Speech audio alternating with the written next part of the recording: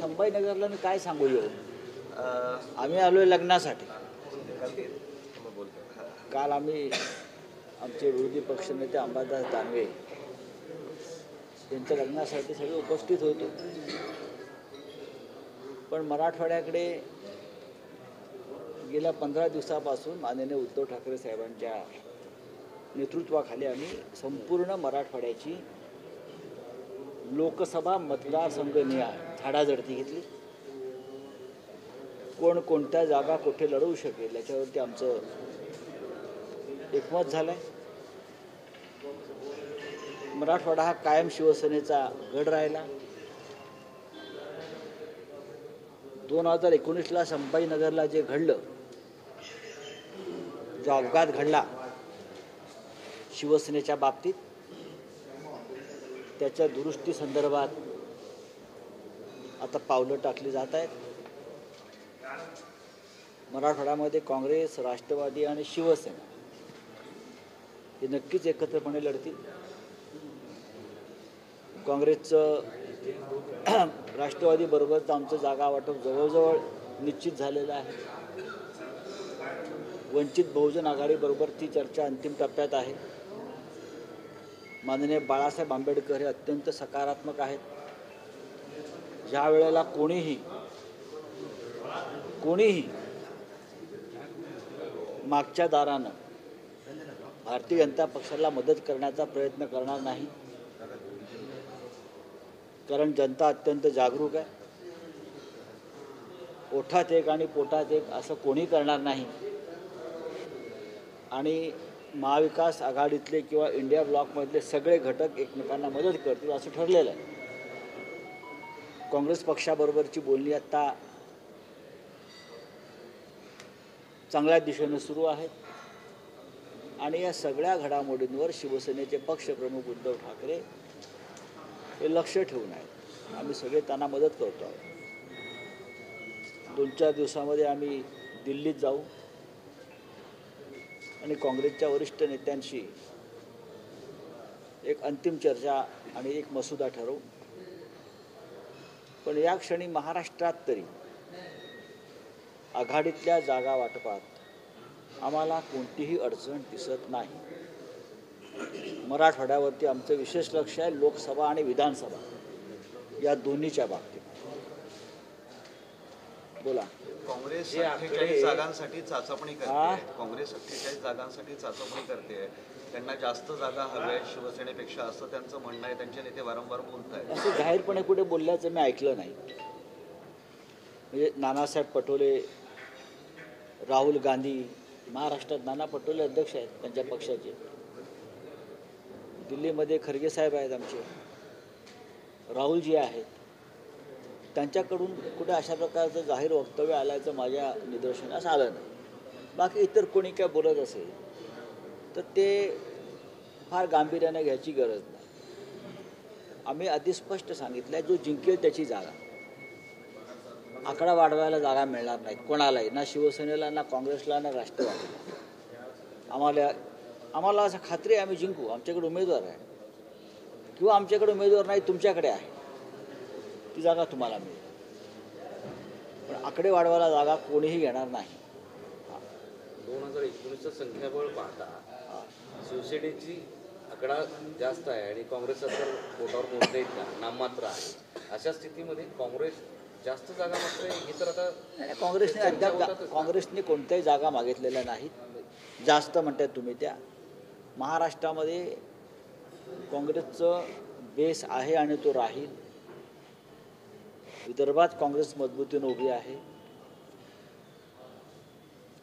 त्यानंतर मराठवाडा, उत्तर महाराष्ट्रामध्ये काँग्रेसची ताकद चांगली आहे. आत्ताच मला अमित देशमुख इथेच भेटले, आम्ही चर्चा करत होतो. मला असं वाटतं की फक्त महाराष्ट्रातच नव्हे तर किमान 300 ठिकाणी या देशात काँग्रेस आणि भाजपा यांची सरळ लढत आहे. आणि त्या जागा ज्या आहेत त्या जागा 2024चं भवितव्य ठरवतील. किमान 150 ते 250 जागांवर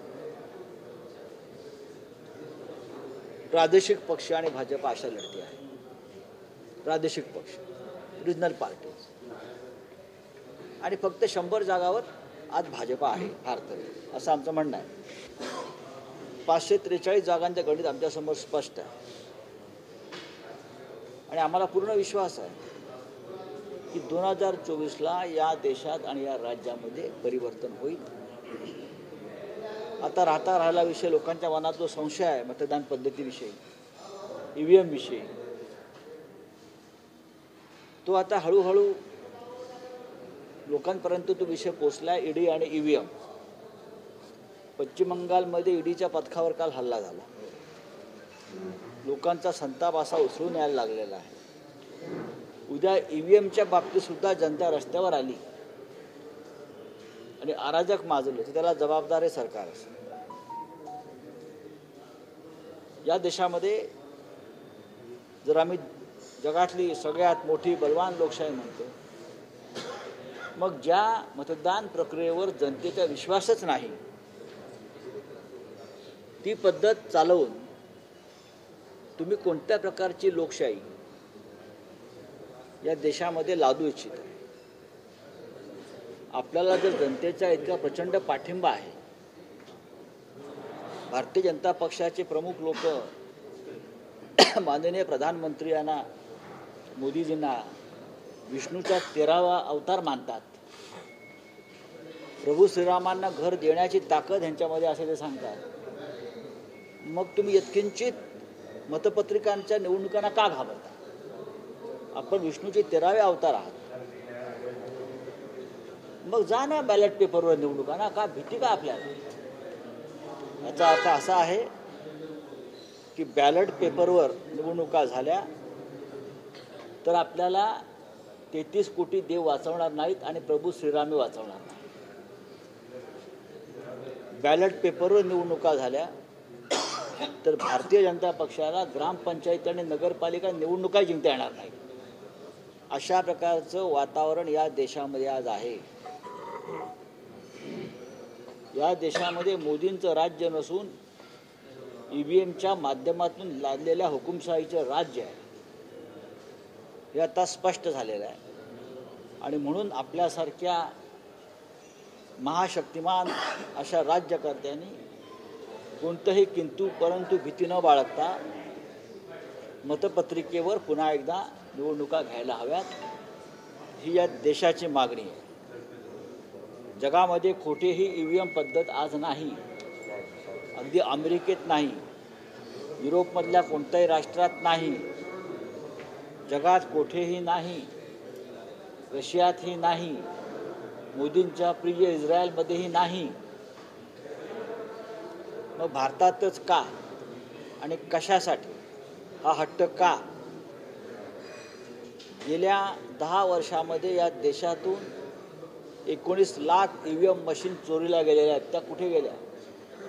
19 लाख EVM मशीन चोरीला गेलेल्या आहेत. त्याचा शोध लागलेला नाही. हा सगळा प्रकार अत्यंत संशयास्पद आहे. या देशातला समस्त इंडिया आघाडीतला घटक पक्ष हा मतपत्रिकेवर निवडणुका घेण्यासाठी घाबरत नाही. तुम्ही घ्या. मध्य प्रदेशमधल्या निवडणुकांचा जर अंदाज आपण पाहिलात तर जे पोस्टल बॅलेट आलं होतं, जे मतपत्रिकेवर असतं, पोस्टल बॅलेट मतपत्रिकेवर येतं, त्यात जवळजवळ 150पेक्षा जास्त ठिकाणी काँग्रेस आघाडीवर होती. याला ट्रेंड्स म्हणतात. हा कल आहे. आणि EVM फोडल्यावरती हा कल कसा बदलतो? त्याच्यामुळे मध्य प्रदेशच्या निकालानंतर लोकांच्या मनामध्ये या शंका अधिक बळावलेल्या आहेत. मुख्यमंत्र्यांनी पुलाचं उद्घाटन झालं. कुठं?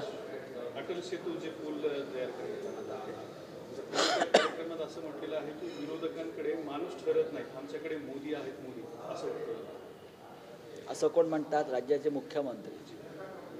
हे 1.5 वर्षापासून त्यांच्या प्रेमात पडलेली व्यक्ती असं बोलते. आम्ही त्यांच्या प्रेमात 25 वर्ष होतो. तुम्ही त्या प्रेमात पडलेला होता आधी? हा आमचा प्रेमभंग का झाला आहे समजून घ्या. फसवणुकीतून झालेला प्रेमभंग आहे. आणि हे जे असतं ना, एक काल परवा आले आणि प्रेमात पडले, हा अख्खा जनानखाना आहे प्रेमात पडलेला, बरं का. हे फार काळ प्रेम टिकत नाही. सत्ता आहे तोपर्यंत प्रेम टिकेल. सत्ता, ही सत्ता बोलते, ते स्वतः बोलत नाही आहे. आणि ईडीचं भय बोलते, ईडीची भीती आणि सत्ता, याच्यातूनच हे सगळं बाहेर पडतं आहे. हा प्रेमाला आम्हाला माहिती आहेत ना भारतीय जनता पक्ष काय आहे. आम्ही 25 वर्ष त्यांच्यावर काढलेली आहे, आम्हाला माहिती आहे. पुढे बोलताना असं म्हणते की आम्ही घरी बसून आदेश देत नाही तर लोकांमध्ये मिसळून काम करतो. कोणीही घरी बसून आदेश देत नाही.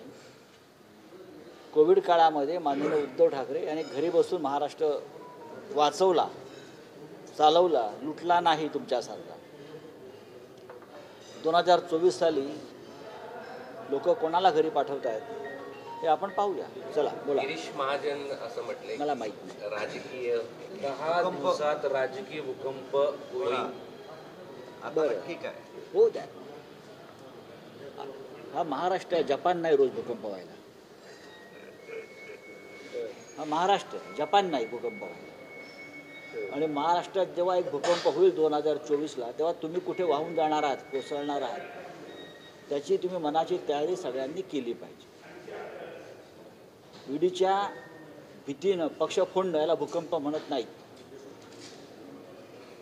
ईडीचा वापर करून विरोधकांवर धाडी घालणं आणि त्यांना तुरुंगात टाकणं याला भूकंप म्हणत नाहीत, त्याला डरपोकपणा म्हणतात. मर्दा असाल तरी सगळे ED, CBI, income tax, police हे बाजूला ठेवून मैदानात या. मग तुमच्या पिचक्या मांड्या कसा आम्ही फोडून काढतो त्या बघा. मोदींचा नाशिकला रोड शो होता. होऊ द्या ना. प्रधानमंत्र्यांना तेवढंच काम आहे रोड शो करणं. हां, त्यानंतर राजकीय प्रचाराला जाणं. मणिपूरला का जात नाही ते विचारा. नाशिकला याचा आनंद आहे आम्हाला, पण मणिपूरला आपण का जात नाही आहोत? जम्मू काश्मीरमधल्या काश्मीरी पंडितांच्या छावण्याला आपण का भेटी देत नाही आहोत? अशा अनेक प्रश्न आहेत. जिथे मोदी साहेबांनी जायला पाहिजे तिकडे ते जात नाहीत. आणि हे असे त्यांचे राजकीय खेळ सुरू आहेत. पण ठीक आहे, त्यांची इच्छा आहे, ते 2024पर्यंत लोक करून घेतील. आपण असं कळालं की 70 वर्ष असं म्हटलं की आमचा फॉर्म्युला तयार आहे आणि एकट्या 1-2 दिवसात काँग्रेसला आपण भेट देणार आहोत. तो नेमका फॉर्म्युला काय आहे? माननीय उद्धव ठाकरे जाहीर करतील किंवा सर्व 3 पक्ष एकत्र येऊन जाहीर करतील ना. प्रकाश आंबेडकर ठरलंय सगळं, काय जे आहे ते ठरलेलं आहे. होय. प्रकाश आंबेडकर त्यांना अजूनही राष्ट्रवादी काँग्रेस आणि काँग्रेसकडून रिस्पॉन्स मिळत नाही. ते कधी कधी म्हणतात की मग शिवसेना आणि आम्ही अर्ध्या जागा लढतो. महाविकास आघाडीनं शिवसेनेला पॉवर ऑफ अटर्नी दिलेली आहे त्यांच्याशी चर्चा करण्याची. मी मागेही सांगितलं, महाविकास आघाडीच्या वतीनं शिवसेना त्यांच्याशी चर्चा करते. कारण याआधीच 1 वर्षापूर्वीच आंबेडकर भवनात उद्धव ठाकरे गेले, माननीय शिवसेना पक्षप्रमुख, आणि बाळासाहेब आंबेडकर यांच्याबरोबर त्यांनी शिवसेनेबरोबरची युती जाहीर केली. महाविकास आघाडीमध्ये आम्ही असं मानतो की वंचित बहुजन आघाडी हा महाविकास आघाडीचा घटक पक्ष आहे आणि ते आमच्याबरोबर लढणार आहे, एकत्र लढणार आहे. आता जागांच्या संदर्भात थोडंसं लहान सहान गोष्टी असतात, त्या होतील पूर्ण. पण हे 12-12-12चा फॉर्म्युला दिलेला बघा, असं आहे की प्रत्येकाचा एक वेगळा फॉर्म्युला असू शकतो. या वातावरणात आंबेडकर साहेब नवीन आहेत, काँग्रेस, राष्ट्रवादी, शिवसेना.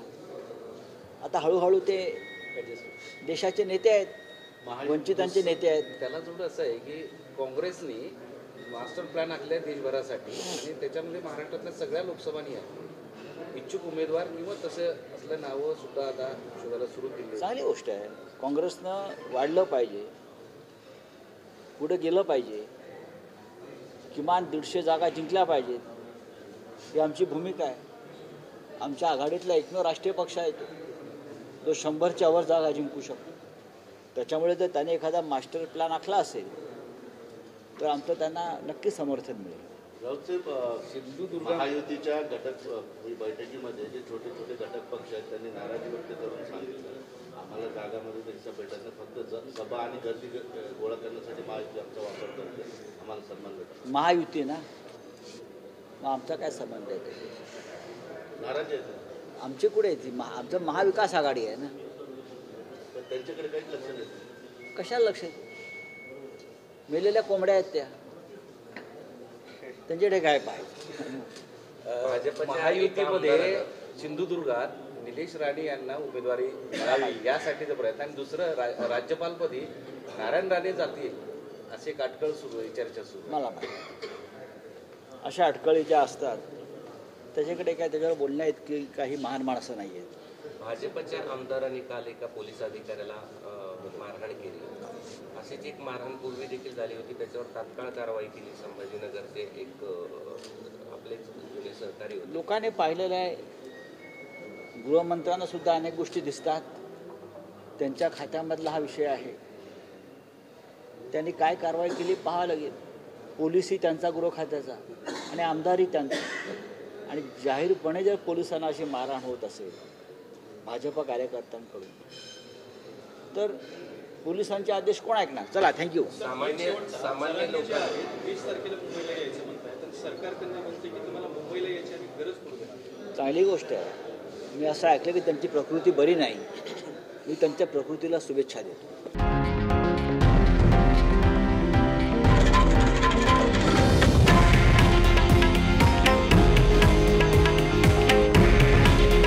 हे आहे देशातील नंबर 1 न्यूज नेटवर्क आणि आपण पाहत आहात TV9 मराठी. काळजी तुमची, हित महाराष्ट्राचं.